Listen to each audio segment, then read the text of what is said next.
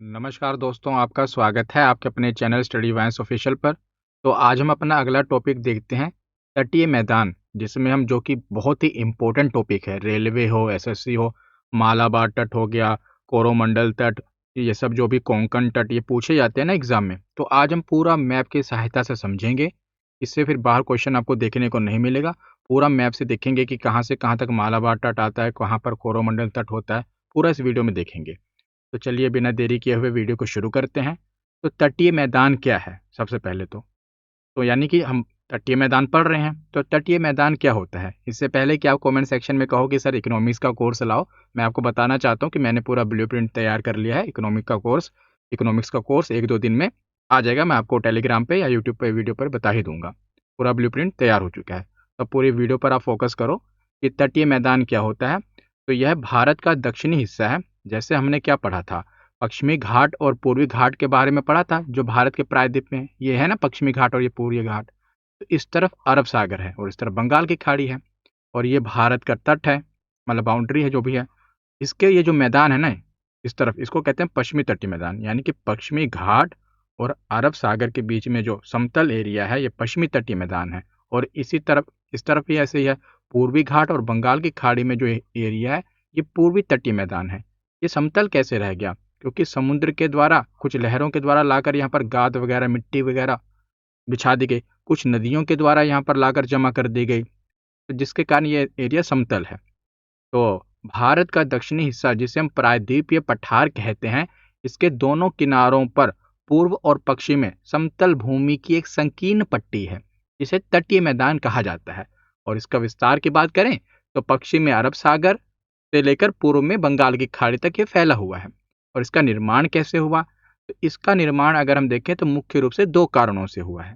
पहला कारण है कि नदियों के निक्षेप, निक्षेप का मतलब होता है डिपॉजिट। नदियां जब भी बहती हैं तो अपने साथ जो भी मिट्टी, कंकर, पजरी जो भी लेकर आती हैं, साथ लेकर आती हैं, वो समुद्र के किनारे आकर, जहाँ समुद्र में जब मिलती हैं, जमा कर देती हैं। तो उनके कारण प्रायद्वीपीय पठार से बहने वाली नदियां जैसे गोदावरी, कृष्णा, कावेरी, नर्मदा, तापी अपने साथ मिट्टी, बालू और गाद बहाकर लाती हैं। जब ये नदियां समुद्र में मिलती हैं तो यह सारा मलबा जो होता है वो किनारे पर जमा हो जाता है, जिसे जलोढ़ निक्षेप यानी डिपॉजिट कहा जाता है। और इसी से इन मैदानों का निर्माण हुआ है। पहला तो है कि नदियों ने जो जमा कर दिया। दूसरा क्या है? समुद्री क्रिया। समुद्र की लहरों ने भी किनारों को काट कर और मलबे को जमा करके, जब जो लहरें हैं वो भी इस तरह और इस तरह यहाँ पर लाकर मलबा जमा किया है, इससे भी इस मैदान को बनने में मदद हुई है। ठीक। तो हम तटीय मैदानों का जो वर्गीकरण अध्ययन की सुविधा से हम इनको भारत के जो तटीय मैदान है 2 भागों में बांट सकते हैं। एक तो पश्चिमी तटीय मैदान जो आप इस तरफ देख रहे हो, और दूसरा पूर्वी तटीय मैदान। अभी इन्हीं को हम आगे डिटेल में पढ़ेंगे, पश्चिमी तटीय मैदान और पूर्वी तटीय मैदान के बारे में। तो आगे मैं आपको पूरा ही पढ़ाऊंगा। अभी आगे मैं आपकी सहायता से पूरा समझेंगे पश्चिमी तटीय मैदान और पूर्वी तटीय मैदान के बारे में। चलो आगे देखते हैं। तो इंडियन पॉलिटी का अगर आपको कोर्स लेना है, मैं ये कोर्स कब का, दिवाली से लॉन्च हुआ, मतलब दिवाली से ये ऑफर चल रहा है, नहीं तो पहले महंगा था कोर्स।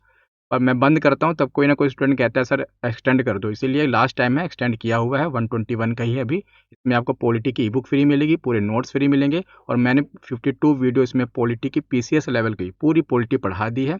बहुत से स्टूडेंट ने जिन्होंने लिया है, बहुत ही अच्छा रिस्पॉन्स है। आपको दोबारा पॉलिटी पढ़ने की जरूरत नहीं पड़ेगी अगर आप ये कोर्स को एक बार देख लेते हो। कंप्लीट हो चुका है। और अगर आपको ई बुक वगैरह भी लेनी है तो अभी इसके कॉस्ट आधे ही हैं। आप हमारे एप्लीकेशन पर बाय कर सकते हो। एप्लीकेशन में डिस्क्रिप्शन में लिंक होगा, और स्टडी वाइन्स ऑफिशियल एप्लीकेशन का नाम है, नहीं तो आप व्हाट्सएप पर भी मैसेज कर सकते हो। तो चलिए आगे देखते हैं।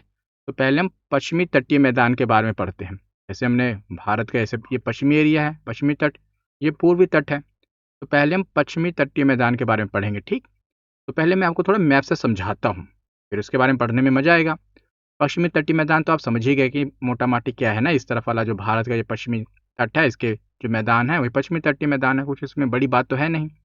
लेकिन प्रश्न बनते कहाँ से हैं? तो देखिए, ये इतना तो आपको आइडिया ना कि गुजरात, दमन, ये थोड़ा, अगर आप के घर में, अगर आप कंपटीशन एग्जाम की तैयारी कर रहे हो तो एक इंडिया का मैप और एक वर्ल्ड का मैप, ये 2 मैप तो लगे होने चाहिए। जहाँ भी आपका स्टडी टेबल है उसके सामने इंडिया का मैप और वर्ल्ड का मैप लगा होना चाहिए, ताकि आपके नज़रों के आगे रहे। तो इतना मैं मान के चलता हूँ, आपको पता होगा कि गुजरात कहाँ पर है, गोवा कहाँ पर है। तो गुजरात से लेकर दमन तक जो ये तट है, इसे काठियावाड़ तट कहा जाता है। और काठियावाड़ तट को ही गुजरात तट कहा जाता है। ठीक, गुजरात से लेकर दमन तक जो ये तटीय मैदान है इसे क्या कहा जाएगा? काठियावाड़ तट या गुजरात तट। उसके बाद दमन से लेकर गोवा तक, दमन से गोवा, इसे कहते हैं कोंकण तट। ठीक, और गोवा से लेकर कर्नाटक तक इसे कहा जाता है कैनरा तट, या इसका एक और नाम है कन्नड़ तट। दोनों ही मतलब कन्नड़ और केनरा दोनों कहते हैं इसको। उसके बाद कर्नाटक से लेकर कन्याकुमारी तक आता है मालाबार तट।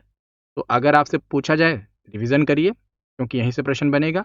आधे प्रश्न तो मतलब बहुत सारे प्रश्न तो यहीं से बनते हैं कि भैया कोंकण तट कहाँ से कहाँ तक है। तो देखिए, गुजरात के, अगर गुजरात में भी आपको बताऊं तो रन ऑफ कच्छ से लेकर, ठीक, रन ऑफ कच्छ से लेकर दमन तक काठियावाड़ तट या गुजरात तट है।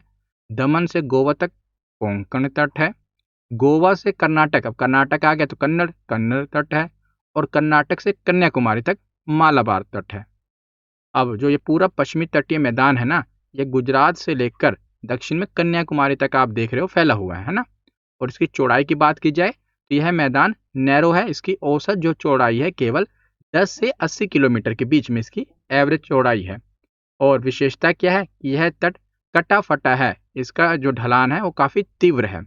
और यह एक जलमग्न तट का उदाहरण है, यानी इसका कुछ हिस्सा समुद्र में ही डूबा हुआ है। पश्चिमी तट की बात कर रहे हैं हम। और इसी कटे फटे होने के कारण क्या है, क्योंकि ये जो एरिया कटा फटा का मतलब ऐसे सीधी रेखा नहीं है, मतलब ऐसे कटा फटा अंदर की ओर ऐसे ऐसा है तट ये। तो इससे क्या होता है कि कोई भी एरिया अगर कटा फटा होता है ना, तो बंदरगाह बनाने में आसानी होती है, कि ताकि अगर किसी आड़ में कुछ बना हो तो जो समुद्री लहरें हैं उससे नुकसान नहीं पहुंचता ना। इसीलिए इस कट्टे फट्टे होने के कारण प्राकृतिक बंदरगाह यानी कि नेचुरल बंदरगाह का विकास यहाँ पर बहुत हुआ है। मतलब कुछ प्रकृति ने हेल्प कर दी, कुछ फिर आपने वहाँ पर डेवलपमेंट कर दी, जिससे क्या हुआ, क्योंकि अगर एक अवरोध होगा कोई चीज़ का, अगर वो चीज़ ऐसे है लहरें यहाँ से टकरा रही है, अंदर पानी नहीं घुस रहा है, तो कुछ यहाँ से अवरोध मिल गया और कुछ आपने बना दिया। इसी कारण यहाँ पर आप देखोगे कि मुंबई का कांडला मार्मुगांव, इसके विकास में जो ये बंदरगाह है इनके विकास में बहुत योगदान रहा है, क्योंकि ये प्राकृतिक बंदरगाह है कटे फटे होने के कारण ये तट के।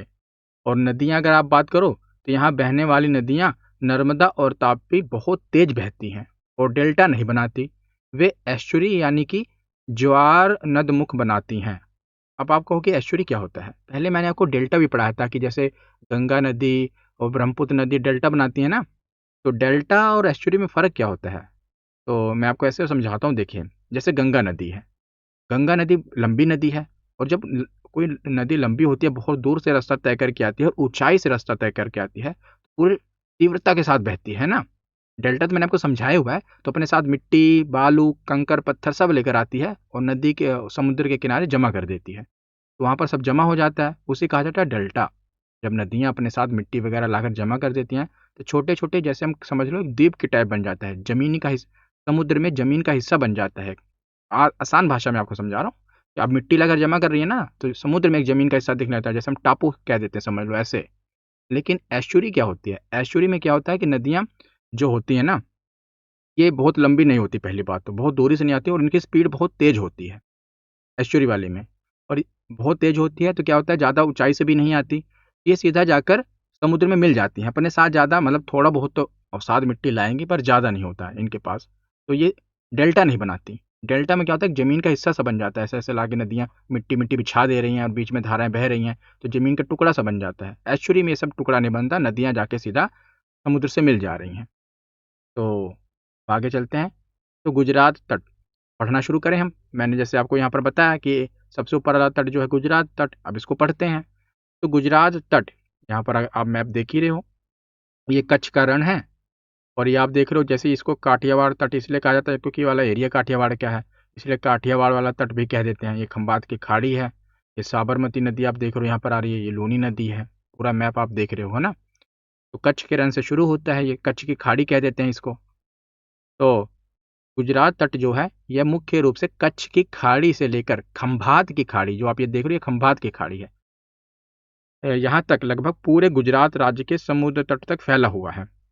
इसीलिए इसे गुजरात का क्या कहते हैं, तट कहते हैं। ठीक, उसके बाद इसका निर्माण कैसे हुआ? तो इसका निर्माण मुख्य रूप से दो प्रक्रियाओं से हुआ है, जलोढ़ निक्षेपण और जलोढ़ निक्षेपण आपको समझा ही चुका हूँ कि जो नदियाँ होती हैं अपने साथ मिट्टी और गाद लाकर जमा कर देती हैं, तभी तो मैदानी एरिया का निर्माण हुआ है। तो बहाकर लाई मिट्टी मतलब साबरमती, माही और लूनी और तापी जैसी नदियों द्वारा बहाकर लाई गई मिट्टी से इसका निर्माण हुआ। और सागर का अपगमन भी मैंने आपको समझा ही दिया है। इस सागर क्या यानी समुद्र के जल स्तर के पीछे हटने से यह भूमि उभरकर सामने आई है। और उच्च भूमि, यह मैदान पूरी तरह समतल नहीं है, यहाँ बीच बीच में कुछ पहाड़ियाँ भी हैं, जैसे कि मांडव पहाड़ी और गिरनार पहाड़ी और गिर रेंज। ये जो आप देख रहे हो, ये मांडव पहाड़ी, गिरनार पहाड़ी और गिर रेंज। पूरी तरह से जो ये मैदानी एरिया समतल नहीं है, यहाँ पर कुछ पहाड़ियाँ भी हैं। गुजरात तट की बात कर रहे हैं हम। उसके बाद यहाँ पर प्रमुख बंदरगाह भी देखने को मिलते हैं, जैसे कांडला बहुत इंपॉर्टेंट है, इसका आधिकारिक नाम दीनदयाल पोर्ट है और यह भारत के सबसे बड़े बंदरगाहों में से एक है और एक बेहतरीन टाइडल पोर्ट का उदाहरण है। कौन सा? कांडला। और अन्य बंदरगाह भी यहाँ पर देखने को मिलते हैं, भरूच और सूरत में भी प्रमुख बंदरगाह हैं। लेकिन सबसे जो इम्पोर्टेंट मतलब सबसे महत्वपूर्ण एक तथ्य यहाँ पर यह है कि गुजरात के भावनगर जिले में ना अलंग एक जगह है जहाँ पर दुनिया का सबसे बड़ा जहाज तोड़ने का यार्ड, जिसे शिप ब्रेकिंग यार्ड कहते हैं, जिसे जहाज़ों का कब्रिस्तान कहा जाता है। मतलब जो भी समुद्री जहाज वगैरह होते हैं ना, यहाँ पर आकर उन्हें रिसाइकल किया जाता है, उनसे जो भी तोड़ा फोड़ा जाता है, उनसे जो भी मतलब चीज़ें हैं निकाली जाती है। समझते हो आप रिसाइकल कैसे? कोई भी चीज़ है लाकर तोड़ते फोड़ते हैं तो जो कीमती चीज़ें हैं उसमें से जो रिसाइकल हो सकती हैं अलग कर ली जाती हैं, तो इसे जहाज़ों का कब्रिस्तान कहा जाता है। यहाँ पर सब जहाज मतलब दुनिया का सबसे बड़ा है जहाज तोड़ने का यार्ड है यहाँ पर अलंग। अब हमने पढ़ लिया कौन सा, खत्म किया गुजरात का ना। अब अगला है कोंकण तट। तो कोंकण तट मैंने आपको बताया कि इसका विस्तार उत्तर में दमन से लेकर दक्षिण में गोवा तक है। सबसे पहले क्या था? गुजरात तट, जो कि रन ऑफ कच्छ से लेकर आप समझ लो दमन तक। फिर दमन से लेकर गोवा तक, दमन से गोवा तक कौन सा आएगा? कोंकण तट। तो इसकी लंबाई लगभग 530 किलोमीटर है और चौड़ाई की बात करो तो 35 से लेकर 50 क्या कहते हैं किलोमीटर के बीच में इसकी चौड़ाई है। और नदियाँ, तो यहाँ बहने वाली नदियाँ छोटी और तेज होती हैं, जिसे पिंजल, जुआरी और मांडवी, जो आप ये देख रहे हो पिंजल नदी, जुआरी नदी, मांडवी नदी। जुआरी और मांडवी तो आपको पता है गोवा में बहती ही है। ये कोंकण तट पर देखने को मिलती है। और प्राकृतिक बंदरगाह भी यहाँ पर देखने को मिलते हैं। इसी कटे फटे होने के कारण यहाँ भारत के कुछ सर्वश्रेष्ठ प्राकृतिक बंदरगाह मौजूद हैं। मुंबई का मार्मुगाओ गोवा में, और जवाहरलाल नेहरू पोर्ट जिसे अब नावा शेवा भी कहते हैं, ये सब यहाँ पर मौजूद हैं। उसके बाद है कन्नड़ तट, तो इसे कनारा तट भी कहा जाता है। इसका विस्तार अब गोवा से लेकर आगे कर्नाटक में मैंगलोर तक है। ये गोवा से लेकर कर्नाटक में मैंगलोर तक इसका विस्तार है। और यह अनिवार्य रूप से कर्नाटक राज्य का ही मतलब पूरी तरह से अगर आप देखोगे तो दक्षिणी गोवा ना, ये गोवा यहाँ से शुरू हो रहा है, दक्षिणी गोवा से लेकर यहाँ तक, तो एक तरह से पूरे कर्नाटक में जो मैदानों से कन्नड़ तट कहा जाता है। इसकी लंबाई 320 किलोमीटर के लगभग है और चौड़ाई 8 से 24 किलोमीटर के बीच में ये चौड़ा है। तो उससे चौड़ाई इसकी काफ़ी कम है। यह पश्चिमी तटीय मैदान का और साथ ही भारत का सबसे संकरा तटीय मैदान है। और यहाँ की जो प्रमुख नदियों की बात करो तो आप देख रहे हो कालिंदी, शरावती, नेत्रवती। नेत्रावती यहाँ की प्रमुख नदियाँ, छोटी छोटी और तेज नदियाँ हैं। और जो ये क्या कहते हैं शरावती नदी है, इस पर भारत का सबसे प्रसिद्ध एक झरना भी है, जलप्रपात, जोग जलप्रपात। ये हम पढ़ेंगे जब जलप्रपात चैप्टर आपको पढ़ाऊंगा। और यहाँ पर काफ़ी बगानी फसलें होती हैं, जैसे कि यहाँ पर पश्चिमी घाट के सीढ़ी नुमा ढालों पर काजू, सुपारी, कहवा यानी कॉफ़ी कहते हैं किस्म है उसकी, काली मिर्च जैसी फसलें बड़े पैमाने पर यहाँ पर उत्पादन होता है। अपना क्या कहते हैं कन्नड़ कन्नड़ तट पर। उसके बाद है मालाबार तट। अब मैंगलोर से लेकर नीचे अपना कन्याकुमारी तक जो तट है इसे कहते हैं मालाबार तट। इसका विस्तार उत्तर में कर्नाटक के मैंगलोर से लेकर दक्षिण में कन्याकुमारी तक है और यह मुख्य रूप से केरल राज्य का तट है। आप इसको ऐसे समझ लो, पिछला कर्नाटक का था और ये केरल का है। तो इसकी लंबाई की बात करें तो लगभग 550 किलोमीटर लंबा है और 20 से 100 किलोमीटर तक ये चौड़ा है। और प्रमुख नदियों की बात करें तो आप देखो भारतपुजा, पेरियार नदी और ये आप देख रहे हो पंबा नदी है। तो यहाँ पर मुख्य नदियाँ हैं। और खनिज की बात करें तो यहाँ यह जो तट है ना केरल का, मोनोजाइट रेट, जो कि विश्व प्रसिद्ध है क्योंकि थोरियम का प्रमुख स्रोत है ये मोनोजाइट रेट, इसके लिए ये तट प्रसिद्ध है। और बालू का स्तूप यहाँ पर देखने को मिलते हैं, स्तूप टाइप जो आप देखते हो ना ऐसे। तो बालू का स्तूप, बालू का जैसे नाम ही क्या है बालू का यानी सैंड ड्यून्स, इस क्षेत्र में पाए जाने वाले विशेष लाल रेत के टीले को देखने को मिलते हैं, जिसे स्थानीय भाषा में टेरिस कहा जाता है। टेरिस, ठीक। और आगे चलें अब। तो मालाबार तट की सबसे अनूठी पहचान क्या है? कयाल। अब कयाल क्या होता है? तो देखिए कयाल क्या है। तो मालाबार तट पर पाए जाने वाले पश्च जल यानी कि बैक वाटर्स को कयाल कहा जाता है। बैक वाटर अब कहोगे क्या होता है? तो देखिए, वैसे तो कयाल ही आपको समझ नहीं आया होगा कि क्या होता है ना। तो ये क्या होते हैं? तो ये मूल रूप से लेगून या झीलें होती हैं। जैसे ये तट है, भारत की बाउंड्री, अब इधर समुद्र है, ठीक। अब कुछ जो झील है ना, अब यहाँ पर देखिए झील है जो समुद्र के तट से लगी हुई झील है, जिसे लेगून झील कहा जाता है। ये समुद्र के समानांतर होती है और इसका पानी खारा होगा, क्योंकि समुद्र के तट से है तो खारा ही पानी होगा, समुद्र भी लाकर इसमें पानी जमा कर देता है। तो ये इसे कहते हैं कयाल। इसी को कहा जाता है, जो लेगून झीलें हम जिसे बता रहे हैं, इसी को यहाँ पर कयाल कहा जाता है। तो ये ऐसी टर्मिनोलॉजी यूज़ हो जाती है आपकी परीक्षा में, तो आप कहोगे ये कहाँ से आ गया? अब आपको समझ आ गया कि अच्छा, जो लेगून झीलें होती हैं, लेगून झीलें और मीठे पानी की झीलें, ये सब मैं आपको झीलों में भी पढ़ाऊंगा, सब डिटेल से पढ़ाऊंगा, टेंशन मत लो, सब पूरा कंप्लीट होगा। तो वहाँ पर कयाल क्या है? तो कयाल क्या है? तो वही लेगून झील है, मतलब कि जो समुद्र से लगी हुई झील है, तटीय झील है, जिसे हम कह देते हैं खारे पानी की झील होती है। और प्रमुख उदाहरण को देखो तो वेम्बनाड और जो अष्टमुडी है, ये केरल की सबसे प्रसिद्ध कयाल झीलें हैं। और प्रमुख बंदरगाह की बात करो तो कोचीन यहाँ का एक प्रमुख प्राकृतिक बंदरगाह है। और शिपयार्ड भी देखिए, कोचीन शिपयार्ड बहुत ही इंपॉर्टेंट है। इसे 1970 के दशक में जापान की सहायता से बनाया गया था और आज भारत के सबसे बड़े और सबसे आधुनिक जहाज निर्माण यार्ड में से एक है कोचीन शिपयार्ड। इतनी सारी इंफॉर्मेशन यहाँ से आपको याद रखनी है, और ये सब जो डाटा पूछा गया है, मैंने वही कवर ही किया कि अलग अलग एग्जाम में क्या पूछा जा रहा है। ये शिपयार्ड भी पूछा गया है और ये कयाल पूछा गया है कि कहाँ किसे कयाल कहा जाता है, ठीक। आगे चलते हैं।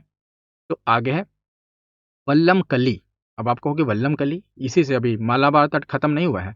तो वल्लम कली केरल के कयालों, कयाल तो आप समझ ही गए, में प्रसिद्ध नेहरू ट्रॉफी बोट रेस होती है। कयाल है ना, उन्हीं में एक रेस कराई जाती है नाव वाली, इसका नाम है नेहरू ट्रॉफी बोट रेस। और इसे वहाँ पर क्या कहते हैं, स्नेक बोट रेस भी कहा जाता है, और वल्लम कली भी इसे कहते हैं, ठीक। इस बोट रेस को, ट्रॉफी का नाम क्या है? तो ट्रॉफी के नाम से नेहरू ट्रॉफी बोट रेस, क्योंकि ट्रॉफी दी जाती है। वहाँ के लोकल लैंग्वेज में वल्लम कली कहा जाता है, इंग्लिश में से स्नैक बोट रेस कह देते हैं, तो एक ही चीज़ है। अब मिट्टी और फसलों की बात की जाए, जैसे आप ये देख रहे हो, मिट्टी और फसलों की बात की जाए तो यहाँ पर जलोढ़ मिट्टी, लेटराइट मिट्टी में गर्म मसाले, रबड़, नारियल, कहवा, सिंकोना, इसका भारी उत्पादन होता है। तो ये थे पश्चिमी तटीय मैदान, ज़्यादा इंपॉर्टेंट पश्चिमी तटीय मैदान ही थे। पूर्वी तटीय मैदान में एक कोरोमंडल इंपॉर्टेंट है। तो पूर्वी तटीय मैदान, इसमें तीन, आपको बस तीन ही याद रखने, तीन ही हैं, याद क्या रखने हैं। तो इनको क्या है ना कि नदियों के हिसाब से और प्रदेशों के हिसाब से बांटा गया है। जैसे देखिए, कोरोमंडल जो तट है, ये मुख्य रूप से तमिलनाडु वाला तट कोरोमंडल तट है, मुख्य रूप से बता रहा हूँ, अभी इसका विभाजन बताऊंगा। उसके बाद आंध्रा तट आ जाता है, नाम से क्लियर है, आंध्रा वाले एरिया में। उत्कल तट आ जाता है उड़ीसा वाले में, समझे आप। और उनको नदियों और झीलों से भी बांटा गया है। पश्चिम वाला तो क्लियर है कि कैसे बांटा गया। पूर्वी वाले में क्या है ना, इसको नदियों से भी हिसाब से बांट दिया है कईयों ने, और नदी के साथ झील से भी बांटा गया है। तो मैं आपको सब बता दूंगा, जो भी आपको मतलब कि जहाँ से भी प्रश्न बने, ताकि आपका गलत ना ही हो।